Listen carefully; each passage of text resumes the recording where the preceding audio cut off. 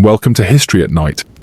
Deep in the rainforests of Central America, there are silent cities. Colossal stone pyramids rise above the jungle canopy, their plazas and temples choked by the roots of ancient trees. For centuries they were a forgotten world, a mystery known only to the local peoples who lived in the shadow of their sleeping stone ancestors. This was the world of the classic Maya, a civilization that, at its peak, was one of the most advanced on Earth. They developed the only complete writing system in the ancient Americas, created a calendar of breathtaking accuracy, and tracked the movements of the stars with a precision unmatched for 1,000 years. They were a people of divine kings, strange and brutal rituals and magnificent art. And then in the heart of their southern homelands, they vanished. Not overnight, but in a slow, mysterious unraveling that saw their greatest cities abandoned and their population plummet. Why? This is one of history's greatest unsolved puzzles. Tonight we will journey into the world of the silent cities to investigate their fall. We will explore their golden age, and then, like archaeologists, we will examine the clues left behind in the stones and in the earth. Clues that point to a perfect storm of endemic warfare, catastrophic drought, and a self-inflicted environmental disaster. But before our journey begins, please take a moment to like the video and subscribe. It's a simple and wonderful way to support the channel, and it means a great deal to me. I'm also always curious to know where in the world and at what time you're joining me tonight, so I'd really love to hear from you in the comments. And now, settle in. Let the noise of the modern world fade away. Our journey takes us deep into the green heart of the jungle, to the mystery of the silent cities. For centuries, the great stone cities of the Maya slept, shrouded in the green embrace of the Central American rainforest. To the outside world, they did not exist. Vague rumors and scattered reports from Spanish missionaries or local woodsmen told of strange stone idols and vast collapsed palaces hidden deep in the jungle. But these were largely dismissed as fantasy. The prevailing wisdom of the 19th century held that no great indigenous civilization could have possibly risen in the Americas. The ruins, if they were real at all, must have been the work of Egyptians, a lost tribe of Israel, or some other foreign race. The men who would shatter this prejudice were a remarkable pair. One was John Lloyd Stephens, an American lawyer, diplomat, and celebrated travel writer with an insatiable curiosity for the forgotten corners of the world. The other was Frederick Catherwood, a British architect and artist of immense talent, gifted with a meticulous eye for detail and a steady hand. In 1839, drawn by the whispers of these lost cities, they set out on an expedition into the largely unmapped and politically volatile jungles of what is now Honduras and Guatemala. Their journey was grueling. They traveled by mule through a dense, suffocatingly humid rainforest, plagued by insects, mud, and torrential rain. They found themselves in the middle of a chaotic civil war, having to negotiate safe passage with suspicious, heavily armed local generals. But they pressed on, following a local guide, until one day they arrived at a site near the Copan River in Honduras. Hacking their way through the thick undergrowth with machetes, they stumbled into a clearing. What they saw changed the course of history. Rising from the jungle floor were magnificent stone monuments, or stelae, intricately carved from top to bottom, with the portraits of strange regal kings and complex geometric symbols, unlike anything they had ever seen. Catherwood, the architect, was stunned by the quality of the art, recognizing it as the work of a culture as sophisticated as that of ancient Egypt or Greece. But it was Stephens who grasped the true significance. These were not the works of a foreign people.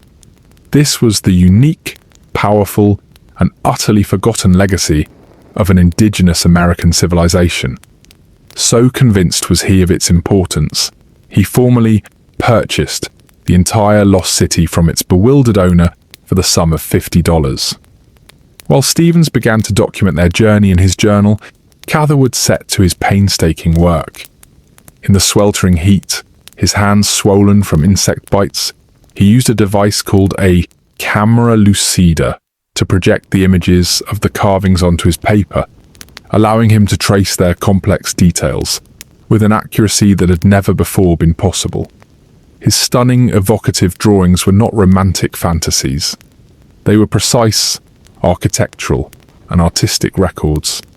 The first true visual account of the Maya world ever seen by the public. Their journey continued, revealing one marvel after another. They explored the elegant, multi-storied Palace of Palenque in Mexico, its delicate stucco reliefs emerging from the jungle mist. They reached the colossal ruins of Tikal in Guatemala, where the tallest stone pyramids in the Americas rose like man-made mountains, their peaks breaking through the vast green canopy of the rainforest. When Stevens published his book, Incidents of Travel in Central America, Chiapas and Yucatan, filled with Catherwood's breathtaking illustrations, it became an international sensation. It proved, beyond any doubt, that a great and sophisticated civilization had risen and fallen in the Americas long before the arrival of Columbus. The silent cities had been found. The world now knew that they existed. But a profound mystery had been uncovered. Who were the people who built these magnificent cities, and why had they abandoned them to the jungle? The discoveries of Stevens and Catherwood opened a window into a new and complex world. What emerged from the archaeological work that followed was a picture of a civilization that, for over 6 centuries, from roughly 250 to 900 AD, dominated the intellectual and artistic landscape of ancient America. This was the classic Maya. It is crucial to understand that the Maya were not a single, unified empire ruled from one great capital. Their world was a dynamic and often volatile network of dozens of independent city-states, each controlling its own territory and vying for influence.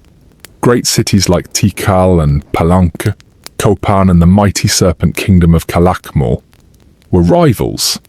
Their history, which we can now read from their stone monuments, is one of constantly shifting alliances, strategic royal marriages, and intense, ritualized warfare. The foundation of this entire civilization, the substance that built the Great Pyramids and fueled its complex society, was a single plant, maize or corn. The Maya were the people of the corn. It was not just their primary food source, it was the very center of their religion and their identity. Their entire existence was a partnership with this vital crop, a difficult challenge in the thin soil and unpredictable rainfall of a tropical rainforest environment. They developed ingenious agricultural techniques to survive, from slash-and-burn farming in small jungle plots to building elaborate terraces on hillsides and creating raised, irrigated fields in the swamps. The cycle of planting, growth, and harvest was not just a task. It was the central sacred drama of their lives. At the heart of this sacred drama stood the king, the Kuhul Ajau, or Holy Lord. The Maya king was not simply a political ruler or a general. He was a divine shaman, the chief intermediary between the mortal world of his subjects and the supernatural realm of the gods and royal ancestors. His primary duty was not to govern, but to perform the sacred rituals that maintained the order of the cosmos, ensured the sun would rise each day, and, most critically, brought the seasonal rains that allowed the maize to grow. To fulfill this sacred duty, the king's most potent offering was his own blood. In deeply important ceremonies, the Ajor would perform a ritual of bloodletting. Using a terrifyingly sharp obsidian lancet, a stingray spine, or a sharpened piece of bone, he would pierce his own tongue, earlobes, or other parts of his body, allowing his blood to fall onto strips of paper held in a bowl. This paper was then burned, and in the swirling smoke, it was believed that a portal would open, a vision serpent through which the king could communicate with the gods and ancestors to petition them for the survival of his people. This was the great cosmic bargain at the heart of Maya civilization. The people fed the king with tribute from their cornfields. The king, in turn, fed the gods with his own sacred blood. As long as this bargain held, the universe was in balance, the cities flourished, and the maize would grow. It was a powerful and deeply ingrained system of belief, but it rested on a fragile and dangerous promise that the king's piety could control the sky itself. For decades after their rediscovery, the silent cities of the Maya kept their deepest secrets. The intricate carvings that covered their monuments and temples were a profound puzzle. Scholars saw them not as a language, but as a mysterious collection of symbolic pictures and decorations. The true story of the Maya, it was believed, was lost forever. But they were wrong. Hidden within those beautiful, complex carvings was the only true writing system ever developed in the ancient Americas, a voice that, once understood, would allow the silent cities to finally tell their own history. Unlike a simple alphabet, the Maya script was a sophisticated and beautiful logosyllabic system. This means that some of its glyphs or symbols represent whole words, while others represent phonetic syllables. A scribe could write the same word in multiple ways, either with a single intricate picture glyph or by spelling it out syllable by syllable. These glyphs were artfully arranged into square blocks, and their texts were written in paired columns, read from left to right and top to bottom in a zigzag pattern. For centuries, this complexity made the script seem impenetrable, a work of art rather than a language. The key to their writing, and indeed their entire worldview, was their advanced system of mathematics. The Maya developed a vigesimal, or base 20, number system of elegant simplicity. A single dot represented the number 1, a horizontal bar represented 5, and a stylized shell symbol represented a concept that was, for its time, a stroke of pure genius: 0. The independent invention of 0 was a monumental intellectual leap that many other great civilizations, including the Romans, never made. For the Maya, it was an essential tool, allowing them to make calculations that reached into the millions and to track the vast cycles of time with perfect precision. Time for the Maya was a sacred obsession. They did not have one calendar, but a series of complex interlocking systems that governed every aspect of their lives. The first was the Tzolk'in, a 260-day sacred calendar used for divination and religious ceremony. Running parallel to this was the Harb, a 365-day solar calendar that governed the agricultural seasons. These two calendars worked together like intricate gears, creating a larger 52-year cycle. To track their history across even vaster spans of time, they created the Long Count, a linear and stunningly accurate count of the number of days that had passed since a mythical creation date in the year 3114 BC. It is this long count carved onto their stone monuments that allows archaeologists today to date the reigns of their kings and the history of their cities with an accuracy unparalleled in the ancient world. This mastery of mathematics and timekeeping was driven by a profound and patient observation of the cosmos. Maya priest astronomers, from observatories built atop their pyramids, tracked the movements of the sun, the moon and the planets with incredible accuracy. They could predict solar and lunar eclipses, events they saw as powerful and often dangerous omens. They were particularly obsessed with the cycles of Venus, which they associated with warfare and sacred ritual. The glyphs, the mathematics, the calendars, and the astronomy were all part of a single, unified quest to understand the divine order of the universe. The Maya saw the cosmos not as a place of chaos, but as a vast, intricate, and predictable machine, governed by the repeating cycles of time. Their great intellectual mission was to decipher the workings of this machine, and to align their society with its sacred rhythms through precise rituals and meticulous record-keeping. The universe, to them, was a text written in the language of the stars, and they were its devoted and brilliant readers. At its height around the year 750 AD, the world of the classic Maya must have seemed eternal. The great city-states of the southern lowlands were thriving. Tikal, with its towering temple pyramids, was a bustling metropolis. The kings of Calakmul, the mighty serpent kingdom, controlled a vast network of vassals. At Copan, artisans were carving some of the most complex and beautiful monuments in the ancient Americas. The population was at its peak, the traditions were strong, and the intricate gears of the sacred calendar seemed to promise a predictable and divinely ordered future. But this was the peak before a long and mysterious fall. The first sign that something was going profoundly wrong is written in stone, or rather, in the sudden absence of writing. For centuries, the Maya kings had obsessively chronicled their reigns, dedicating magnificent stone stelae, tall carved monuments, to mark important dates and victories. Thanks to their precise long count calendar, we can track this history with incredible accuracy. And it is this very accuracy that allows us to see the unraveling as it happened. Starting in the late 8th century, one by one, the cities began to fall silent. At Palenque, the last dated monument is from 799 AD. At Copan, it is 822 AD. The last great monument at the superpower city of Tikal is dated to 869 AD. After these dates, the tradition that had defined their civilization for centuries simply stops. The kings were no longer commissioning these public declarations of their power. This sudden silence in the archaeological record is a stark and chilling testament to a system in crisis. The public voice of the divine kings was being extinguished. Further evidence of this societal breakdown was found in the very hearts of the cities.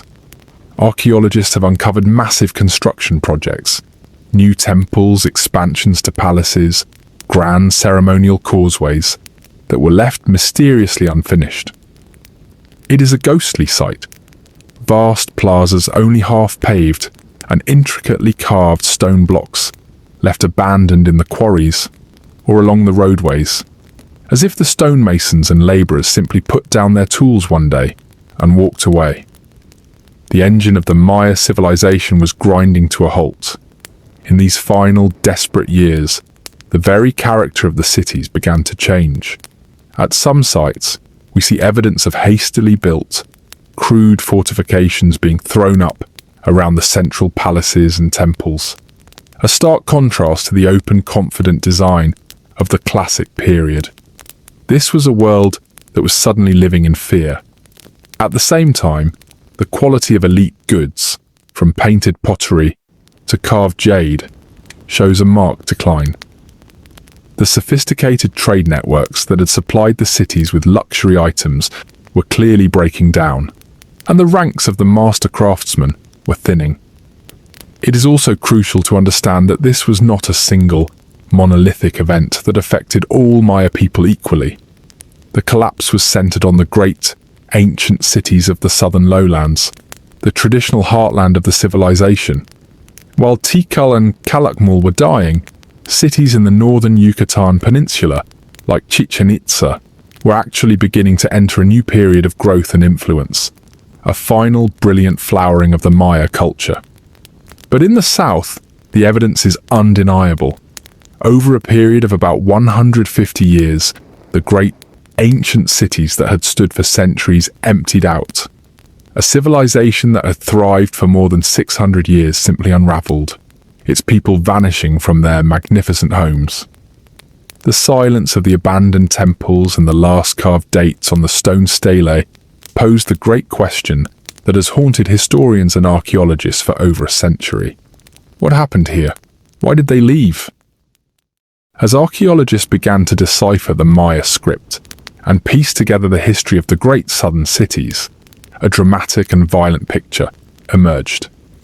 For centuries, warfare had been an integral part of their civilization. but it was a conflict with a unique character. For the most part, classic Maya warfare was a highly ritualized and limited affair. The goal was not typically to conquer vast territories or annihilate enemy populations, but to capture rival kings and high-ranking nobles. These elite captives would then be taken back to the victor's city, where they would be publicly humiliated, tortured, and ultimately sacrificed in grand religious ceremonies to appease the gods and demonstrate the power of the victorious king, or Ajor. But in the final century of the classic period, during the time of the unravelling, the evidence shows that the nature of this warfare began to change. The art carved onto stone monuments and painted on palace walls becomes grimmer and more chaotic. The earlier formal depictions of a single king capturing a rival lord are replaced by more desperate scenes. Massed armies clashing in the jungle, warriors in fearsome jaguar pelts and feathered headdresses battling over wooden palisades, and dozens of bound, miserable captives being presented for judgment. The magnificent and famously graphic murals at the site of Bonampak, for instance, depict a brutal battle, followed by a horrifying scene of captured nobles having their fingernails ripped out before their final sacrifice.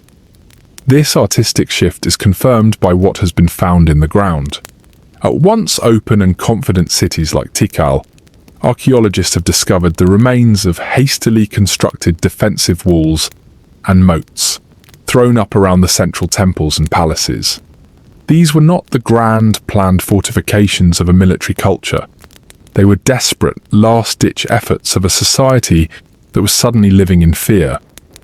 At some sites, excavators have found mass graves filled with skeletons showing clear signs of violent death, evidence of large-scale conflict that went far beyond the capture of a few elites.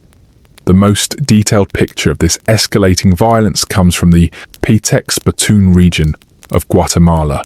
Here, a dynasty of kings at the city of Dos Pilas embarked on a campaign of aggressive, expansionist warfare against their neighbors. For a time they were successful, creating a small empire. But their aggression ultimately backfired, triggering a death spiral of constant retaliatory conflict that consumed the entire region. The final capital, Aguateca, was abandoned so rapidly in the face of an attack that meals were left half-eaten in the kitchens, and valuable objects were left on the floors of the houses. This leads to the first major theory for the Maya collapse, that the highly ritualized, endemic warfare that had been a stable part of their political system for centuries simply spun out of control. A series of escalating conflicts could have created a domino effect, with constant fighting making it impossible for farmers to tend their fields, leading to food shortages. It would have disrupted the vital trade routes that brought in essential goods like salt and obsidian. And as kings began to lose battles and were unable to protect their people, the population's faith in the entire system of divine kingship would have crumbled. The escalating warfare between the Maya city-states provides a compelling, violent picture of the final years of the classic period. But it still doesn't answer the deeper question: why did the violence spiral out of control? A growing body of scientific evidence suggests that the Maya were not just fighting each other. They were fighting a losing battle against their own environment, a battle brought on by the very success of their civilization. This theory suggests the collapse was a self-inflicted wound. The tropical rainforest of the Maya heartland is a deceptive landscape. It seems eternally lush and fertile, but in reality, its soils are surprisingly thin and easily depleted. Supporting a large, dense population in this environment required brilliant agricultural engineering and careful management.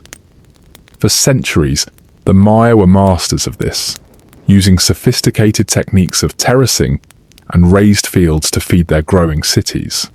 But as their population swelled to its peak in the 8th century, the pressure on the land became immense. The first great demand was for food. A single city like Tikal may have housed over 60,000 people, requiring vast areas of the surrounding forest to be cleared for the cultivation of maize, beans, and squash. The second, and perhaps even more voracious demand, was for architecture. The magnificent Maya pyramids and palaces were not bare stone. They were covered in a thick, smooth coating of brilliant white lime plaster, or stucco, which was then often painted. To create this plaster, the Maya had to quarry limestone and then burn it at an extremely high temperature. The only fuel available for this process was vast quantities of green wood. Archaeologists have calculated the staggering environmental cost of this architectural tradition. To produce the lime plaster for just one of the Great Pyramids at Tikal would have required the felling of nearly 1,000 acres of pristine forest. As rival kings competed in a kind of architectural arms race, each trying to outdo the other by building ever grander temples to the gods and monuments to their own glory, the rate of deforestation would have accelerated dramatically. In the centuries leading up to the collapse, the landscape around the great cities was likely transformed from a dense jungle into a patchwork of cornfields and barren, denuded hillsides. This widespread deforestation would have triggered a cascade of devastating consequences. Without the complex root systems of the trees to anchor the thin topsoil, the intense seasonal rains would have washed it away into the rivers and lowland swamps, destroying the fertility of the farmland. Widespread deforestation can also affect the local climate, reducing the amount of moisture the land retains and releases into the atmosphere, potentially making the crucial dry seasons even longer and more severe. And of course, the loss of the forest meant the loss of vital resources the Maya depended on for their daily lives. Game animals for hunting, wood for building homes and for cooking, and a vast pharmacy of medicinal plants. The evidence for this environmental degradation is written in the mud at the bottom of the region's lakes. Scientists who have drilled deep into these lake beds can analyze the ancient pollen trapped in the sediment layers. In the layers corresponding to the late Classic period, they see a dramatic drop in tree pollen and a massive spike in the pollen of weeds, a clear signature of widespread deforestation. At the same time, the sediment layers themselves become thick with eroded soil washed down from the surrounding hills. The very things that were the hallmarks of the classic Maya's success, their large, dense populations and their monumental, dazzling white cities, appear to have been the seeds of their downfall. By pushing their fragile, tropical environment beyond its breaking point, they created a civilization that was living on a knife's edge, with no margin for error. They had, in a sense, inflicted a grievous wound upon their own world, leaving it fragile and exposed to the final, fatal blows that were to come. The story of endemic warfare and self-inflicted environmental damage reveals a classic Maya civilization that was becoming dangerously unstable, its foundations stressed to the breaking point. But to find what was likely the final, decisive blow that shattered their world, we must look to the sky. The Maya were a civilization built on a covenant with the rain. Their entire agricultural system was dependent on the predictable, seasonal downpours that would fill their massive, man-made reservoirs and nourish their fields of maize. For centuries this covenant held. But in the final years of the Classic period, the sky fell silent. For a long time, the idea of a catastrophic drought was just one theory, among many, with little direct proof. But in recent decades, a new generation of scientists, acting as historical detectives, has found a way to read the climate of the distant past. They have discovered natural archives that have meticulously recorded the rainfall of every single year for thousands of years. They drill deep into the beds of lakes in the Yucatan Peninsula, extracting long cores of sediment. In the layers of mud, they can measure the concentration of gypsum, a mineral that precipitates out of the water in greater amounts during dry years, leaving a clear chemical signature of drought. An even more precise record is kept in the region's vast underground caves. Here over millennia, water dripping from the ceiling has formed colossal stalagmites. Like the rings of a tree, these stone formations grow in microscopic layers, and by analysing the oxygen isotopes trapped within each layer, paleoclimatologists can reconstruct ancient weather patterns with astonishing, almost monthly, accuracy. When these two independent records, from the lake beds and the caves, were finally cross-referenced, they told the same, unambiguous story.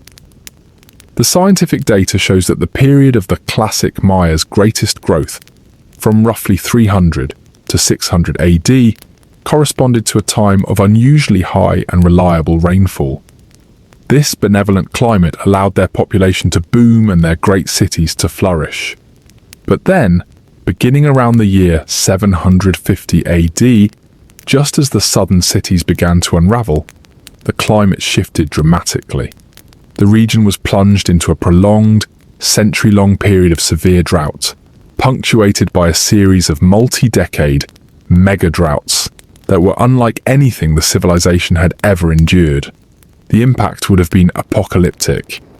The great, carefully constructed reservoirs that were the pride of cities like Tikal would have slowly evaporated, shrinking into vast plains of cracked, dry mud. The maize crop, the foundation of their entire society, would have failed season after season, leading to catastrophic famine and widespread malnutrition. The jungle itself, which seemed so eternally lush, would have begun to wither, its water table dropping until even the sacred sinkhole wells, the cenotes, ran dry. The great cities, with their tens of thousands of inhabitants, would have become death traps, places of starvation and thirst. This powerful scientific evidence provides the most compelling driver for the collapse. While escalating warfare and deforestation had already weakened the Maya and reduced their ability to cope with a crisis, it was this catastrophic, century-long change in the climate that likely delivered the final, inescapable blows. The divine kings, the Ajur, whose power rested entirely on their claim to be able to bring the rain through their sacred bloodletting rituals, would have performed ever more desperate ceremonies. But the sky remained silent. As the rains failed, so too would the people's faith in the very system that had governed their lives for centuries, triggering the total societal collapse that we see in the silent, abandoned cities. The mystery of the classic Maya collapse is not a case with a single simple answer. There was no one smoking gun that brought down this magnificent civilization. Instead, modern science and archaeology have revealed a much more complex and tragic story. A story of a perfect storm, where a series of interconnected crises fed into one another, creating a devastating cascade of failure from which the Maya of the southern lowlands could not recover. The foundation for the disaster had been laid over centuries. As we have seen, the very success of the classic Maya, their booming populations and their competitive temple building, led to widespread deforestation and the erosion of their fragile soils. They had pushed their environment to its absolute limit, creating a brilliant but brittle civilization with no margin for error. They were a people living on an environmental knife's edge. Into this vulnerable world came the trigger, the catastrophic century-long period of severe drought that began around 750 AD. The seasonal rains, which the Maya had depended upon for 1,000 years, became unreliable and then failed altogether. The great reservoirs dried up and the maize crops, the foundation of their entire society, withered in the fields, leading to widespread, devastating famine. Faced with a crisis their ancestors had never imagined, the divine kings, the Ajur, responded in the only way they knew how. To gain resources and to appease the angry gods, who they believed were withholding the rain, they went to war. But these were no longer the traditional, ritualized conflicts of the past. This was desperate, total warfare, a brutal struggle between starving cities for control of the last remaining fertile lands and reliable water sources. This response, however, only accelerated the catastrophe in a deadly feedback loop. Constant, brutal warfare pulled farmers away from their fields, making the famine even worse. It shattered the trade routes that brought in essential goods. And it turned the countryside into a place of terror, forcing populations to flee their homes and fields, to huddle behind hastily built fortifications. The more desperate the situation became, the more they fought, and the more they fought, the more desperate the situation became. This brings us to the final, fatal stage of the collapse, the twilight of the gods. The entire political and religious authority of the Maya king rested on a single, sacred promise, that through his rituals and his bloodletting, he could maintain the cosmic order and guarantee the rains and the harvest. As the drought dragged on, year after agonizing year, and as the endless wars brought only more death and misery, this sacred promise was broken. The king's rituals had failed. The gods were not listening. The people, starving and terrorized, lost faith not just in their king, but in the entire system of divine kingship and the gods themselves. The social contract that had held their world together for centuries simply dissolved. Faced with famine, endless war, and a failed political and religious system, the common people made the only logical choice left to them. They voted with their feet. They abandoned the great stone cities and the holy lords who had failed them, melting back into the jungle to survive in smaller, scattered, and more sustainable communities. So the end of the classic Maya world in the southern lowlands was not a single fiery apocalypse. It was a slow, quiet, and profoundly sad fading. The great cities were not, for the most part, conquered and burned by a foreign enemy. They simply emptied out. Over a period of about a century and a half, the people who had sustained these magnificent urban centers for generations made a collective, desperate choice. They left. This was the Great Exodus. We can imagine the impossible decision faced by a single family. For generations, their ancestors had lived in the shadow of the Great Pyramids of Tikal, farming their small plot of land and paying their tribute of maize to the divine king. But now, the rains had failed again. The city's reservoirs were dry and the maize stalks were withered and barren. The king's rituals and blood sacrifices had produced nothing but more promises. The endless wars with rival cities had brought only misery and fear. And so they make a choice. One night they gather their few remaining possessions, turn their backs on the stone temples that have defined their entire world, and melt away into the jungle, seeking a new life and a place where the corn might still grow. This individual story, repeated hundreds of thousands of times over, is what the archaeological record shows. The evidence suggests that the great ceremonial centers and the palaces of the kings were the first to be abandoned. For a time in some cities, it appears that commoners moved into the empty plazas and grand residences, building crude cooking fires on the fine plaster floors, squatters in the crumbling houses of their gods and kings. But eventually they too moved on, driven by the same relentless pressures of drought and famine. And as the last humans departed, the jungle, which had been held at bay for centuries, began its slow and patient work of reclamation. First, the wind would have carried seeds into the cracks of the great empty plazas. Small plants would take root, their tendrils breaking apart the plaster surfaces. Then, the powerful roots of the great Kiba and Ramon trees would have begun their relentless work, undermining the foundations of the temples, splitting the stone staircases, and toppling the carved monuments of the kings. Over the centuries, a thick green blanket of vegetation grew over everything.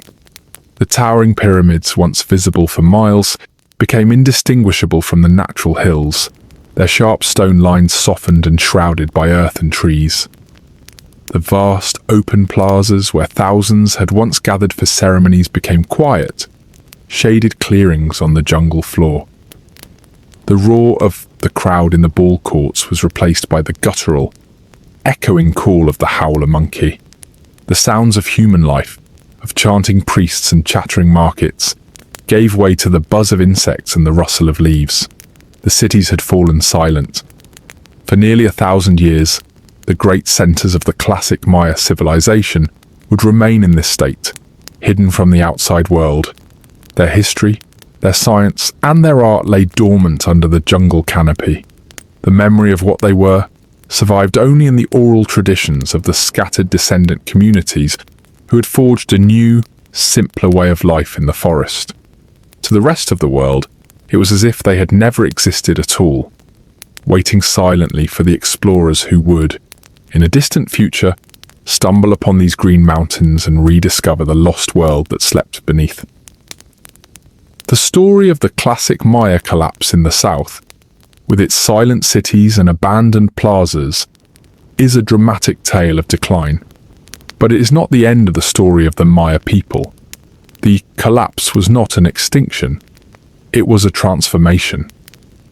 As the great urban centers of the southern rainforest emptied out, the center of gravity of the Maya world shifted, giving rise to a final, brilliant flowering of their culture in the north.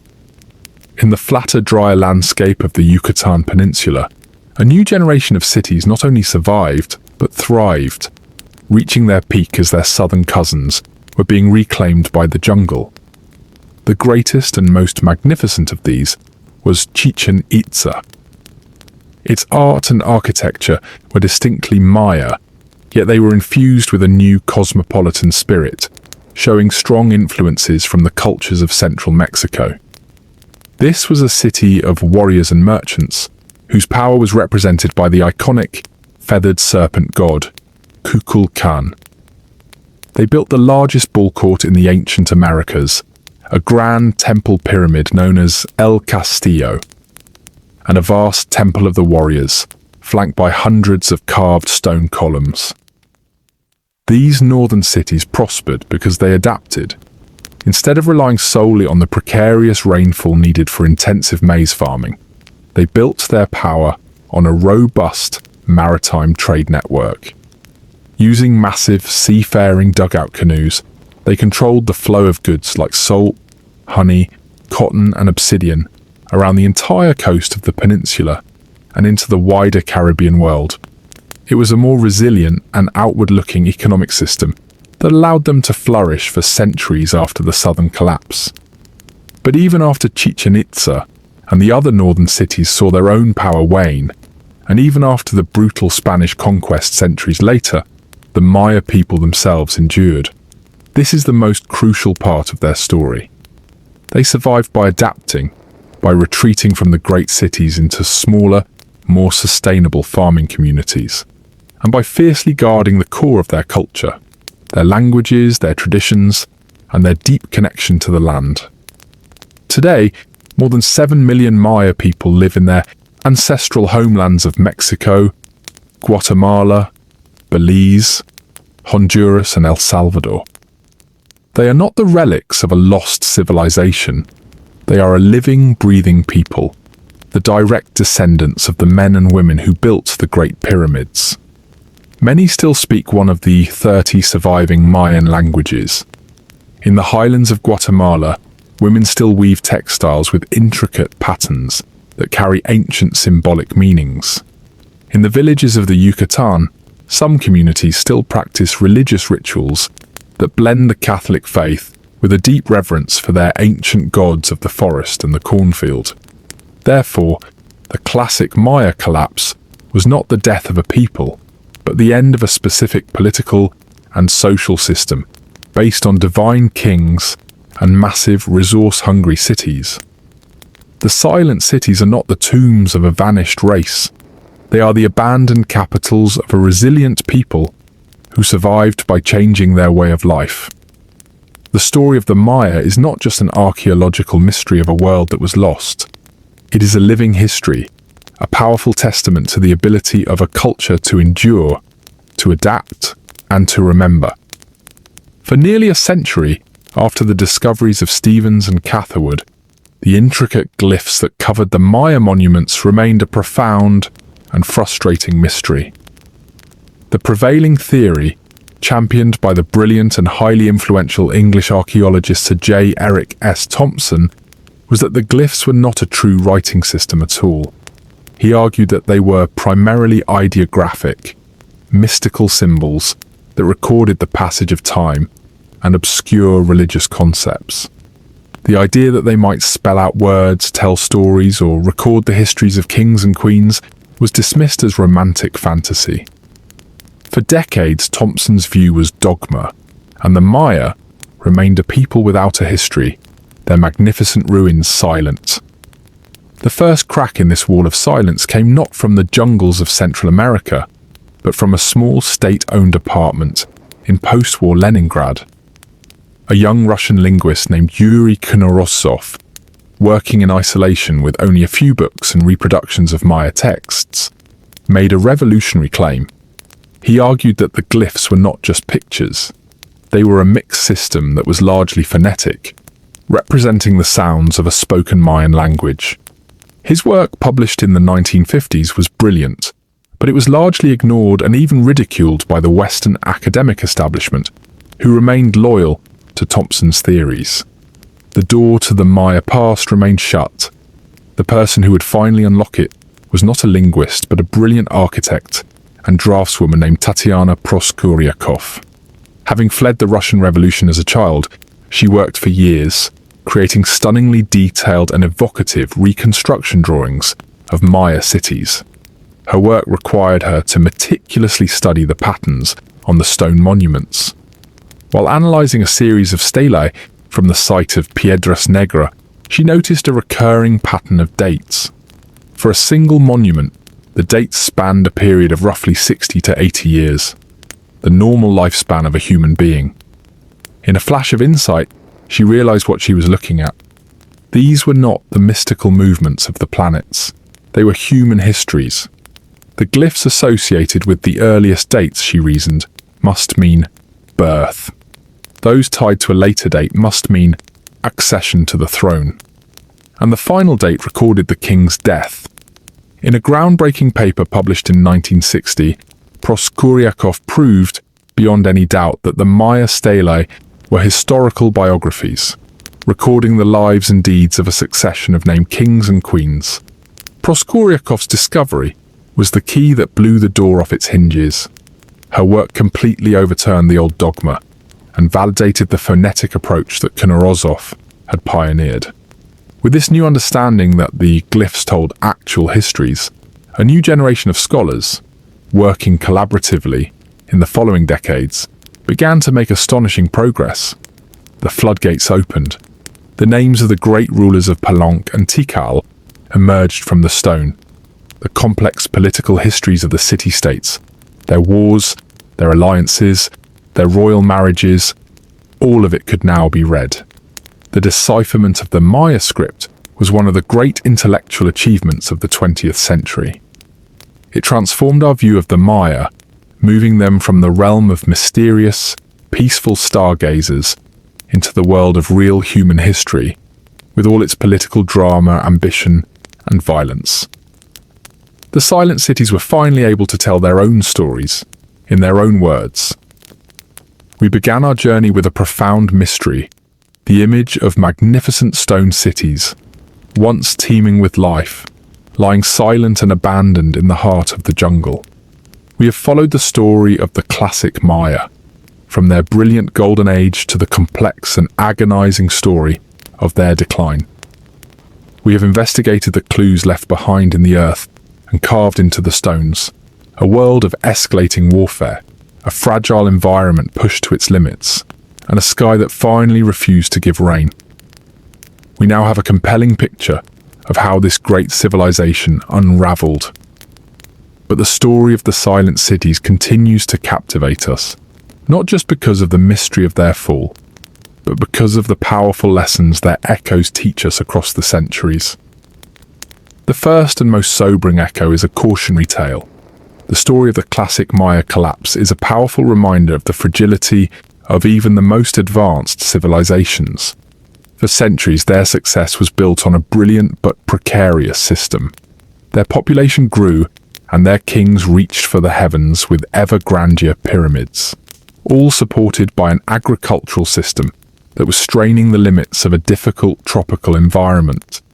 Their deep belief that their sacred rituals and divine kings could control the natural world was shattered by a force they could not command. A catastrophic, long-term shift in the climate. Their story serves as a timeless warning about the delicate balance between a civilization's ambition and the environment that sustains it. But the other echo is one of incredible human resilience. The collapse of the great southern cities was not the end of the Maya people. It was the end of a particular way of life. The exodus from the urban centers was a traumatic but ultimately successful survival strategy. By abandoning the unsustainable model of the divine kings and their resource-hungry cities, the Maya people were able to adapt and endure. They survived the fall of their own golden age. They survived the turmoil of the centuries that followed, and they survived the brutal conquest by the Spanish. Their culture did not break. It bent, adapted, and continued. And so, we are left with a story of two legacies.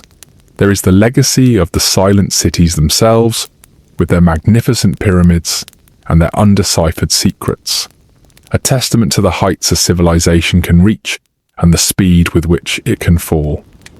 And there is the living legacy of the Maya people, who still walk the same lands as their ancestors, who still speak the languages of the ancient scribes, and who are a powerful reminder that a culture is always more than its grandest monuments. The silent cities of the jungle are more than just a historical mystery. They are a mirror. They force us to consider the sustainability of our own world, our relationship with our climate, and the complex, often unforeseen consequences of our own choices. The Maya believed that the universe moved in great, repeating cycles of creation and destruction. Their story is perhaps the most powerful example history has to offer, that no civilization, no matter how brilliant or powerful, is guaranteed to last forever. Thank you for joining me on this long journey into the past. I hope the story of this great civilization has brought the beauty and mystery of the ancient world to life. I wish you a calm and peaceful night.